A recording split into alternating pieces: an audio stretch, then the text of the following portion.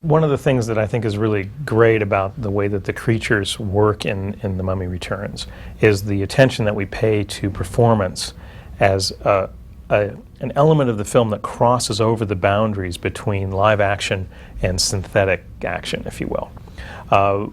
Particularly with Imhotep, where on the last film we took a fairly bold step, which was to take our principal actor, Arnold Vosloo, and put him in the motion capture studio to do the motion capture for Imhotep, the synthetic creature. In the first movie, he's a bit more of a creature. He does have a personality, and he is a performer, but his main role through most of the movie is chasing people. In this movie, he has many more things to do and much more intimate interactions with the other characters. He had to pick up Patricia Velasquez's hair and caress it and walk around her and draw her eye in the way that only Arnold could do because of his relationship with Patricia Velasquez in the movie as lovers. They could create a performance that could not be created any other way. In order to make a scene like this work perfectly, you really have to know where everything is in the frame. And this is what we call a three-dimensional match animation. Not only does it match the camera move, which is somewhat complex, but it also tracks each individual character in the screen. These green and red grids show us where Patricia Velasquez and Ellen Armstrong are in three-dimensional space, and allows us to track her eye line, track her head motion, and the animators now use this in their virtual world to understand exactly where the Imhotep character needs to be to have the kind of intimate interaction with Patricia Velasquez that we're looking for in this particular shot. Here we see the motion capture session, and this was one of our big technological breakthroughs on the film, is our ability to take the motion capture session and view it as computer animation in real time. You can see here Arnold Vosloo wearing the suit in the background, and as he moves, so also moves the character on the screen, which is a completely computer-generated real-time rendition of the motion that Arnold is creating. Here we see him moving, and his real-time representation at the top is the computer-generated representation of his motion capture. Now, as he moves around, we can see how the timing works against our real photography. If he doesn't move around quickly enough and Patricia leads him, then we'll go around again and ask Arnold to go a bit faster. Eventually, we find the exact correct match of eye lines and performance.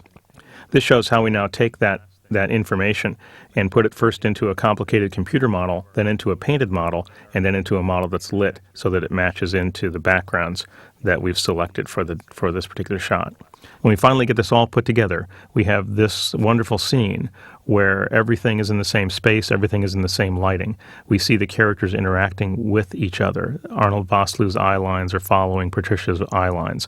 Patricia is speaking to this character in a way that represents that he's really there. He reaches out, he touches her hair, he can bring his hand directly over her shoulder. Now their eyes meet, and you have this moment between a synthetic character and a live-action character that represents their relationship for the whole rest of the movie. The Anubis warriors are something that, on paper, you read it, and it says it's a dog-headed, 9-foot-tall warrior. It's like, okay, now where do you go from there?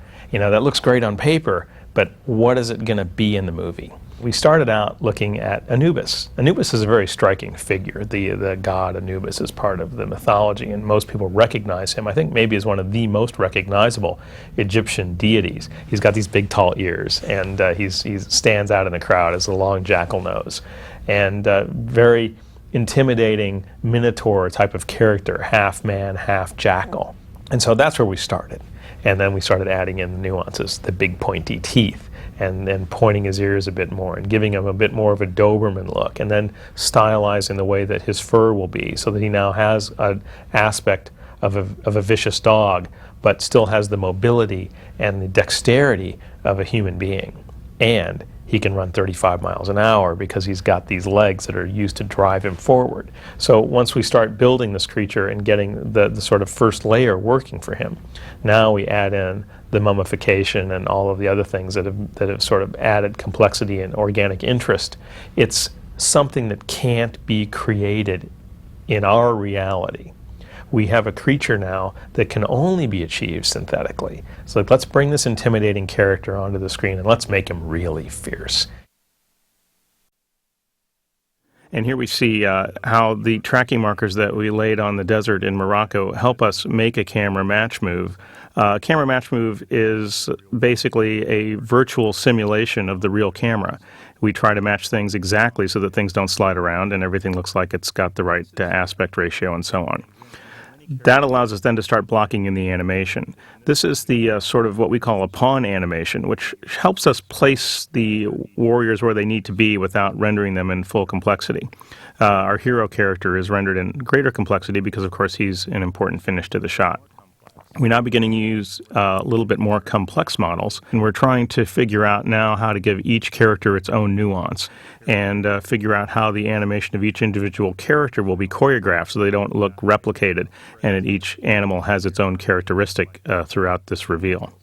We use that animation then to drive the particle systems that create the sand flying off of the warriors as they stand up out of the great black sand dune.